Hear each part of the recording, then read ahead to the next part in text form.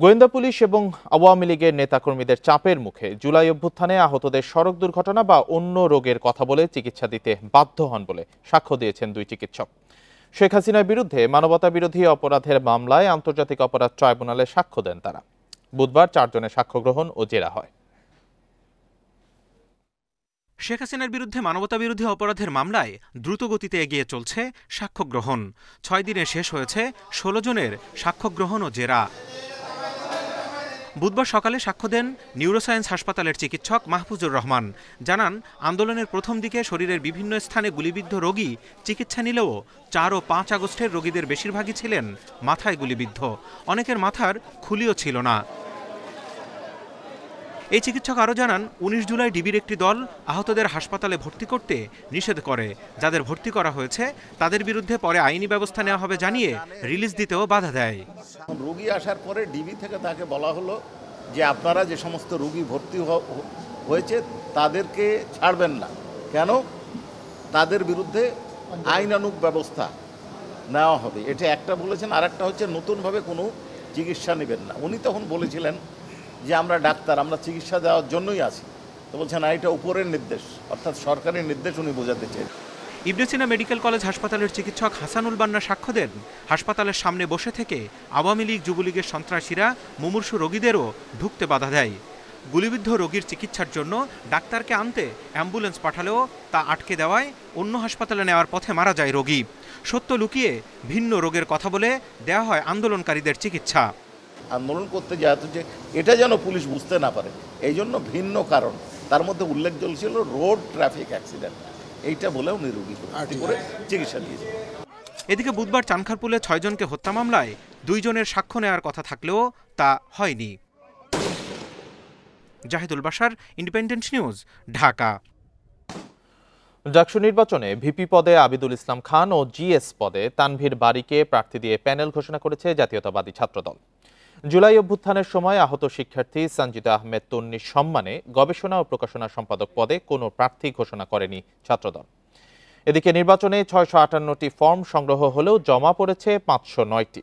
কাল প্রকাশ হবে চূড়ান্ত প্রার্থী তালিকা। ডাকসু নির্বাচনে মনোনয়ন ফর্ম জমা দেওয়ার শেষ দিনে নবাব নওয়াব আলী চৌধুরী সিনেট ভবনে ভিড় প্রার্থীদের। বুধবার সকাল থেকে স্বতন্ত্র সহ বিভিন্ন প্যানেলের অনেক প্রার্থী মনোনয়ন ফর্ম জমা দেন। নারী শিক্ষার্থীদের নিরাপত্তা, পরিবেশ বান্ধব ক্যাম্পাস বিনির্মাণ সহ নানা প্রতিশ্রুতি তাদের। প্রশাসন স্বৈরাচারীভাবে যা ইচ্ছা তা করতে পারবে না, সেগুলো হচ্ছে নিশ্চিত করা। আমরা মনে করছি এই ডাকসুর মাধ্যমে আমরা ঢাকা বিশ্ববিদ্যালয়কে একটি গবেষণা ভিত্তিক বিশ্ববিদ্যালয়ে রূপান্তর করব। বুধবার দুপুরে অপরাজেয় বাংলার পাদদেশে আবিদুল ইসলাম খানকে ভিপি, শেখ তানভীর বারী হামিমকে জিএস এবং তানভীর হাসান হাদি মায়েদকে এজিএস প্রার্থী করে 27 সদস্যের প্যানেল ঘোষণা করে ছাত্রদল। একটি পদ ছেড়ে দেওয়া হয় 2024 সালের জুলাই আগস্টের আন্দোলনে ছাত্রলীগের হাতে নিগৃহীত তন্নির জন্য। সঞ্জিদা আহমেদ তন্নির সম্মানে আমরা ছাত্রদলের পক্ষ থেকে গবেষণা ও প্রকাশনা বিষয়ক সম্পাদক পদে পদটি শূন্য রেখে আমরা পূর্ণভাবে সঞ্জিদা আহমেদ তন্নির সমর্থন ঘোষণা করছি। ছাত্রদলের পরপরই মধুর ক্যান্টিনে সংবাদ সম্মেলনে অপরাজেয় 71, অদম্য 24 নামে প্যানেল ঘোষণা করে ছাত্র ইউনিয়ন, সমাজতান্ত্রিক ছাত্র ফ্রন্ট ও বাংলাদেশ ছাত্রলীগ বিসিএল। আমাদের বিশ্ববিদ্যালয়ের আবাসিকীকরণের যে সংকট, আমাদের বিশ্ববিদ্যালয়ের খাদ্যের সংস্থানের যে সংকট, আমাদের বিশ্ববিদ্যালয়ের স্বায়ত্ত শাসন জনিত যে সংকট, সেই সংকটগুলোকে অ্যাড্রেস করে আমরা এখানে 14টি দাবি উত্থাপন করছি। দিন শেষে নির্বাচনের চিফ রিটার্নিং কর্মকর্তা জানান, সব মিলিয়ে মনোনয়নপত্র সংগ্রহ করেছে 568 জন। শেষ দিন জমা পড়েছে 509টি। 509টি ফর্মকে সর্টিং করতে হবে, তারপরে তাদের বৈধতা অর্থাৎ তারা ঠিকমতো জমা দিয়েছে কিনা আমাদের স্ক্রুটিনি হবে। তারপরে আমরা কোন পদে কয়টা মনোনয়নপত্র জমা পড়েছে সেই স্ট্যাটিস্টিক্সে দিতে পারবো আগামীকাল। 28টি পদে ভোট গ্রহণ হবে 9 সেপ্টেম্বর। মোট ভোটার 39,775 জন। শাহাদাত স্বপন, ইন্ডিপেন্ডেন্ট নিউজ, ঢাকা। স্থগিত হওয়া রাকসুর মনোনয়নপত্র বিতরণ শুরু হবে 24 আগস্ট, চলবে 26 আগস্ট পর্যন্ত। বিকেলে জরুরি সভায় সিদ্ধান্ত নেওয়া হয় বলে জানিয়েছে প্রধান নির্বাচন কমিশনার অধ্যাপক ডক্টর মোহাম্মদ আমজাদ হোসেন। এই 3 দিন সকাল 10টা থেকে বিকেল 5টা পর্যন্ত মনোনয়নপত্র সংগ্রহ করা যাবে। এর আগে মঙ্গলবার রাতে জরুরি বিজ্ঞপ্তির মাধ্যমে মনোনয়নপত্র বিক্রি বন্ধের নির্দেশ দেন ডাকসুর প্রধান নির্বাচন কমিশনার। দীর্ঘ 36 বছর পর রাজশাহী বিশ্ববিদ্যালয় কেন্দ্রীয় ছাত্র সংসদ নির্বাচন আগামী 15ই সেপ্টেম্বর অনুষ্ঠিত হওয়ার কথা। সেই লক্ষ্যে 20 আগস্ট সকাল থেকে মনোনয়নপত্র বিতরণের কথা থাকলেও 19 আগস্ট রাতে তা বন্ধের নোটিশ দেয় কর্তৃপক্ষ। পরে বুধবার বিকেলে 24 আগস্ট থেকে বিতরণ শুরু হবে জানানো হয়। এদিকে 14 আগস্ট থেকে প্রাতিষ্ঠানিক সুবিধা আদায়কে কেন্দ্র করে শিক্ষক, কর্মকর্তা ও শিক্ষার্থীদের মুখোমুখি অবস্থানে স্থবির বিশ্ববিদ্যালয়ের সব ধরনের কার্যক্রম। 24, 25, 26 রবি সব মঙ্গলে আমরা মনোনয়নপত্র বিতরণ করবো। চূড়ান্ত তালিকা প্রকাশ হবে 4-9 তারিখ বৃহস্পতিবার। ভোট গ্রহণ আবাসিক হলগুলোতে হবে 15-9 তারিখ, যেভাবে আগে শিডিউলে ছিল। আর ভোট গণনা, ভোট গ্রহণ শেষ। পিআর পদ্ধতিতে নির্বাচনের দাবি অযৌক্তিক, এজন্য সংবিধান সংশোধন করতে হবে বলে মন্তব্য করেন বিএনপির স্থায়ী কমিটির সদস্য নজরুল ইসলাম খান। আর রুহুল কবির রিজভী বলেছেন, বিভিন্ন ইস্যু তুলে যারা নির্বাচনকে বিলম্বিত করতে চাইছে তারা সফল হবে না। বুধবার নয়াপল্টনে সংবাদ সম্মেলনে এসব কথা বলেন বিএনপি নেতারা। 1 সেপ্টেম্বর বিএনপির 47তম প্রতিষ্ঠাবার্ষিকী উপলক্ষে নয়াপল্টনের যৌথ সভা করেছে দলটি। ব্রিফিংয়ে জানানো হয়েছে, দেশজুড়ে 7 দিনের কর্মসূচি নেওয়া হয়েছে। সংবাদ সম্মেলনে এক প্রশ্নের জবাবে নজরুল ইসলাম খান বলেন, রাজনৈতিক ইস্যুতে বিএনপি সবসময় আলোচনায় বসতে প্রস্তুত।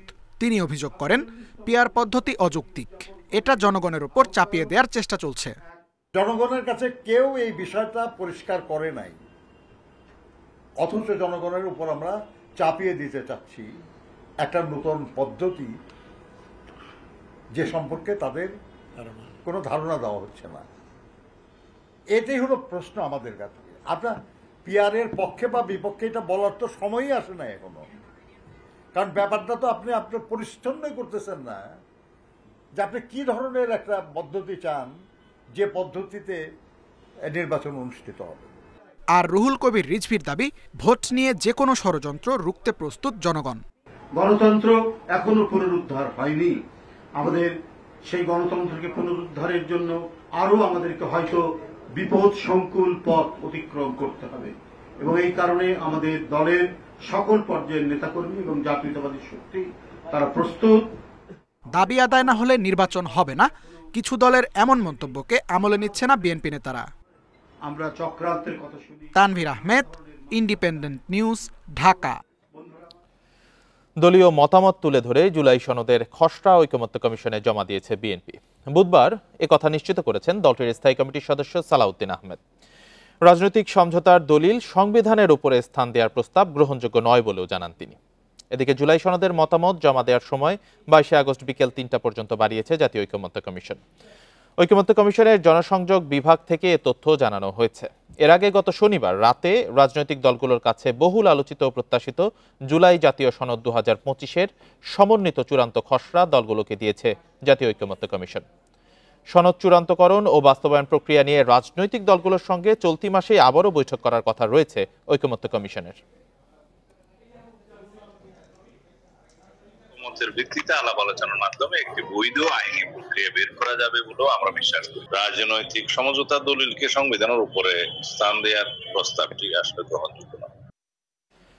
সরকারের আন্তরিকতায় ঘাটতি না হলেও নির্বাচন বানচালে নানা অপতৎপরতার আশঙ্কা করছেন বিশ্লেষকেরা।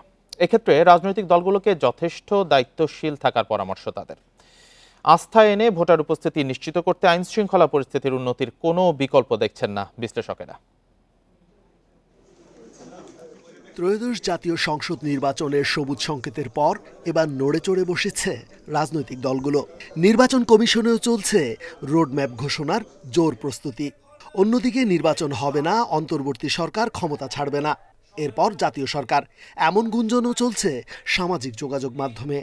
সকল কিছুই আমাদের যত স্টেপস আছে সকল কিছু আমরা মাথার মধ্যে এটাই রাখছি যে ফেব্রুয়ারিতে নির্বাচন, আমরা ফেব্রুয়ারিতে চলে যাব।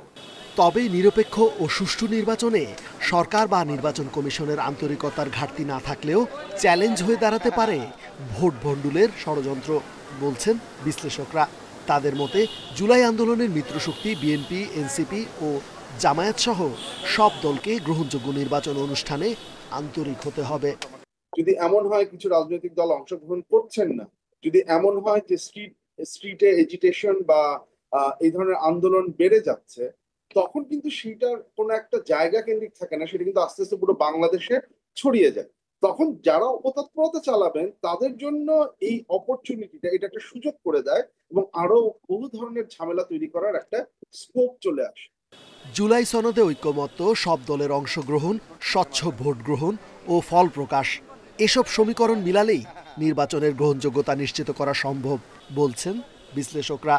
চ্যালেঞ্জ থাকবে নির্বাচনী কর্মকর্তাদেরকে মাঠ পর্যায়ে পাওয়াটা, কিন্তু আপনি জনগণকে আস্থায় আনতে হবে যে হ্যাঁ নির্বাচন ভালো হবে, আইন শৃঙ্খলা পরিস্থিতি ঠিক থাকবে, নির্বাচনী কর্মকর্তারা তারা নিরাপত্তার ভেতরে থাকবে।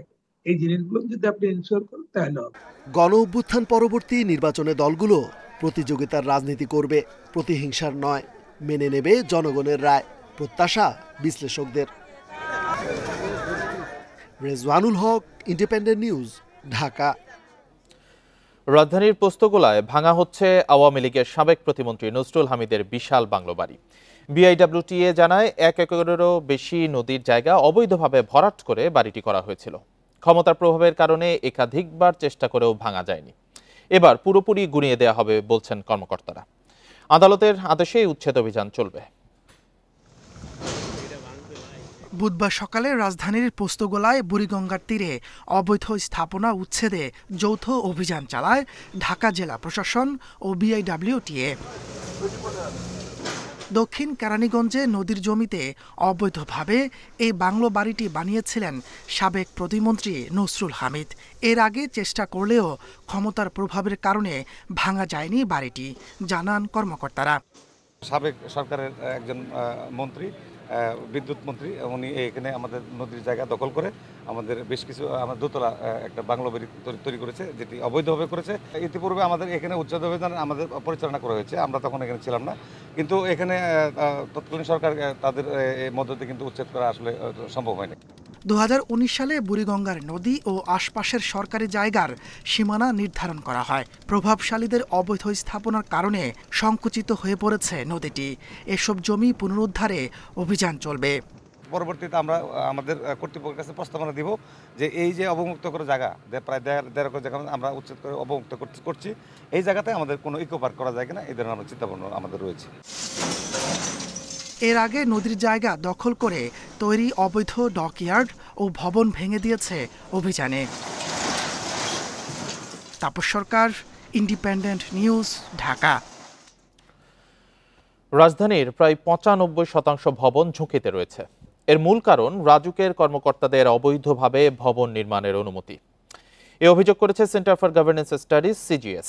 বুধবার সকালে রাজধানী সিডাপে মিলনায়তনের সংলাপে ব্যবসায়ীরা জানান, অস্পষ্ট ড্যাপ নীতিমালার কারণে আবাসন খাতে বিনিয়োগে আস্থা কমছে।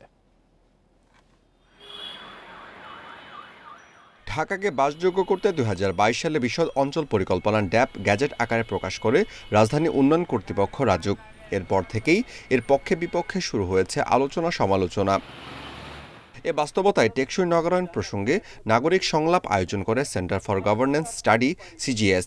আবাসন খাতের সংগঠন রিহাবের সহসভাপতি বলেন, রাজুক কর্মকর্তারা অবৈধভাবে ভবন নির্মাণের অনুমতি দিয়েছেন, ফলে ঝুঁকিতে রয়েছে রাজধানীর প্রায় 95% ভবন। রাজুকের একটি ইট পর্যন্ত অর্থ ছাড়া কোনো কাজ করে না। আসেন আমার সঙ্গে চ্যালেঞ্জ করেন, একটি ইটও আপনি যাচ্ছেন, বলছে যে ভাই আমাকে কিছু দিয়ে যান। এই যন্ত্রণা ফেস করে আমরা যারা ডেভেলপার রয়েছি, আমরা চেষ্টা করছি প্রতিনিয়ত কাজ করবার জন্য। বক্তারা বলেন, এলাকাভেদে ভবন নির্মাণের জন্য জমি ব্যবহারের অনুপাত আলাদা হওয়ায় আগ্রহ পাচ্ছেন না জমি মালিকরা। ফ্ল্যাটের সংখ্যা কমায় সংকট তৈরি হয়েছে আবাসন খাতে, ফলে এ খাতে কমেছে বিনিয়োগও। রাজুকের এখানে হচ্ছে এখন ওদের ক্ষমতা ডেভলিউশন দরকার। রাজুকটা একেবারে উঠে যাবে না, তাহলে যেটা করা উচিত যে হচ্ছে ইলেক্টেড রিপ্রেজেন্টেটিভ, আবারও বলছি নির্বাচিত প্রতিনিধি থেকে ইন্ডিপেন্ডেন্ট ডিরেক্টর দেওয়া উচিত এবং সুশীল সমাজ থেকে ইন্ডিপেন্ডেন্ট ডিরেক্টর দেওয়া উচিত এবং ওদের ম্যানেজমেন্ট বডির কম্পোজিশন চেঞ্জ হওয়া উচিত। এনবিআরের সাবেক চেয়ারম্যান বলেন, এসব বিষয়ে আইন থাকলেও সঠিক বাস্তবায়নের অভাবে আবাসন খাতে সমস্যা রয়ে গেছে। আমি একটা জিনিস কনস্ট্রাকশন করব, জমি কিনলাম একটা আইনের আওতায় এবং ভেবে 2 দিন পরে আপনি ওই রুলটা ভেঙে দিলেন, পরিষ্কার চেঞ্জ করে দিলেন, তা আমার তো ওই অর্ধেক ইনভেস্টমেন্ট বা এর সব তো পথে পড়ে গেল আর কি। আইন যেটা করতে হবে সেটা কনসিস্টেন্সি থাকতে হবে, কন্টিনিউটি থাকতে হবে। বক্তারা বলেন, আবাসন খাতের সংকট নিরসনে রাজুক সহ সব পক্ষের সমন্বিত উদ্যোগ নিতে হবে। Amirul Islam, independent News, Dhaka. আর্থিক গোয়েন্দা সংস্থা BFIU এর প্রধান শাহিনুল ইসলামের বিরুদ্ধে অভিযোগ তদন্তে 4 সদস্যের কমিটি গঠন করেছে অর্থ মন্ত্রণালয়। অভিযোগ প্রমাণিত হলে আইনানুগ ব্যবস্থা নেওয়া হবে। এর আগে শাহিনুলকে বাধ্যতামূলক ছুটিতে পাঠানো হয়, যদিও বুধবার নির্দেশ না মেনে অফিস করেন তিনি। সোমবার সামাজিক যোগাযোগ মাধ্যমে শাহিনুল ইসলামের কয়েকটি আপত্তিকর ভিডিও ছড়িয়ে পড়ে। এ নিয়ে সমালোচনার পরপরই কেন্দ্রীয় ব্যাংকের কর্মকর্তা কর্মচারীদের একাংশ গভর্নরের কাছে স্মারকলিপি দেন। এতে শাহিনুল রাষ্ট্রীয় ও প্রাতিষ্ঠানিক ভাবমূর্তি ক্ষুণ্ণ করেছেন বলে দাবি করা হয়। তবে সোমবার কেন্দ্রীয় ব্যাংকের প্রধান কার্যালয়ে তাকে আর দেখা যায়নি। ছড়িয়ে পড়া ভিডিওগুলোকে শাহিনুল ইসলাম ভুয়া দাবি করলেও প্রাথমিকভাবে কেন্দ্রীয় ব্যাংক এই ভিডিও সঠিক বলে জানতে পেরেছে। এদিকে এ বিষয়ে ডেপুটি গভর্নর ও 2 জন নির্বাহী পরিচালকের নেতৃত্বে 3 সদস্যের তদন্ত কমিটি গঠন করেছে কেন্দ্রীয় ব্যাংক। তবে বুধবার শাহিনুল ইসলামের অফিস করা নিয়ে উত্তেজনা তৈরি হয়। এ বিষয়ে জানতে চাইলে কেন্দ্রীয় ব্যাংকের ডেপুটি গভর্নর জানান, তার বিরুদ্ধে ব্যবস্থা নেওয়া হয়েছে। সেটাও বলা হয়েছে ওনাকে, স্যারের নির্দেশকে ওনাকে কমপ্লাই করতে হবে। মূল কথা হচ্ছে ওনার রিপ্লাই কি ছিল? হ্যাঁ, ওনার রিপ্লাই কি ছিল? স্যার হাই কমান্ড আসলে ওটা উনি কমপ্লাই করুন। আওয়ামী লীগ সরকার পতনের পর কেন্দ্রীয় ব্যাংকের কর্মকর্তাদের আন্দোলনের মুখে গত বছরের আগস্টে পদত্যাগে বাধ্য হন BFIUর তৎকালীন প্রধান মাসুদ বিশ্বাস। এরপর চলতি বছরের জানুয়ারিতে নিয়োগ পান শাহিনুল ইসলাম। গভর্নরের নেতৃত্বে গঠিত সার্চ কমিটি যে 3 জনের নাম সুপারিশ করেছিল সেই তালিকায় শাহিনুলের নাম ছিল না। তারপরও এই পদে নিয়োগ পান তিনি। Mehedi Hasan, independent News, Dhaka. প্রাকৃতিক পরিবেশ ফিরিয়ে আনা না গেলে হাতি সংরক্ষণ সম্ভব নয়। বুধবার সকালে আগারগাঁও বন ভবনে হাতি দিবসের আলোচনা সভায় পরিবেশ উপদেষ্টা সৈয়দা রিজওয়ানা হাসান এই কথা বলেন। আরও জানান, দেশে বন ও ব্যক্তি পর্যায়ের কত হাতি আছে তা জানতে জরিপ হবে। পালা হাতির বিধিমালা বাতিলের ইঙ্গিতও দেন উপদেষ্টা। অবশেষে হাতি রক্ষায় প্রথমবারের মতো নেওয়া হলো প্রকল্প। আহত হাতির চিকিৎসার জন্য সিলেট, শেরপুর, চট্টগ্রাম ও রাঙামাটিতে হবে হাসপাতাল। আর ব্যক্তি পর্যায়ে পালা হাতি বাঁচাতে কক্সবাজারের চুনতি বনে গড়ে তোলা হবে অভয়াশ্রম। বুধবার সকালে রাজধানীর বনভবনে হাতি দিবসের আলোচনা সভায় উঠে আসে ডাঙার সবচেয়ে বড় প্রাণী রক্ষার পরিকল্পনার কথা। আগে আপনি বনের পরিবেশটা তৈরি করেন, তারপরে তাদের সংখ্যা বাড়ানোর চিন্তা করেন। আমি মনে করি বাংলাদেশে কোনো হাতি বাড়ানোর দরকার নাই, বরং বার্ড কন্ট্রোল করার দরকার আছে। 54 স্কোয়ার কিলোমিটারের শেরপুরে কয়টা হাতি থাকতে পারবে যদি আমি ধান খেতে যেতে না দিই? So we need to have planning also for that. কিছু করিডোর সৃষ্টি করে কানেক্টিভিটিটা রক্ষা করতে পারি, যাতে হাতিগুলো অন্তত একটি আবাসস্থল থেকে আরেকটি আবাসস্থলে যাতায়াত করতে পারে। দেশে সবশেষ হাতি জরিপ হয় 2015 সালে। এরপর গত 10 বছরে শতাধিক হাতির মৃত্যু হয়েছে। তবে কত সংখ্যক হাতির বাচ্চা আছে তার হিসাব নেই। তাই বনের হাতি ও ব্যক্তি পর্যায়ে পালা হাতির সংখ্যা জানা জরুরি। সেই সাথে পালা হাতির লাইসেন্স বিধিমালা নিয়ে নতুন করে ভাবনার কথা জানান পরিবেশ ও বন উপদেষ্টা। আমরা যে লাইসেন্স দিয়ে দিলাম এতগুলো ক্যাপটিভ হাতির, আমরা কি দেখেছিলাম যে ওই যে লোক এটা নিচ্ছে তার আর্থসামাজিক বাস্তবতা কি? সে আদৌ হাতির খরচ পোষাতে পারবে কিনা? বন বিভাগ কাদেরকে লাইসেন্স দিয়েছে আমার মনে হয় তাদেরকে ডেকে এনে একটু বলে দেওয়া উচিত যে হাতি পেলে হাতিকে দিয়ে খেলা দেখিয়ে জীবিকা নির্বাহ বন্ধ করতে হবে। ক্যাপটিভ হাতির যে প্রভিশনটা আছে এটা থেকে আমাদেরকে সরে আসতে হবে। There should not be anything called captive হাতি। হাতি দিবসের আলোচনা সভায় জানানো হয়, সম্পূর্ণ সরকারি অর্থায়নে প্রথমবারের মতো হাতি সংরক্ষণ প্রকল্প হাতে নেওয়া হয়েছে। ব্যয় ধরা হয়েছে 39,94,00,000 টাকা। এই প্রকল্প চলতি বছর থেকে শুরু হয়ে শেষ হবে 2028-এর জুনে। Shahriar Anirban, Independent News, Dhaka. আর এই ছিল এখনকার সংবাদে। ইন্ডিপেন্ডেন্ট টেলিভিশনের সব খবর আরও বিস্তারিত জানতে চোখ রাখুন ফেসবুক, ইউটিউব ও এক্সে। ধন্যবাদ সবাই।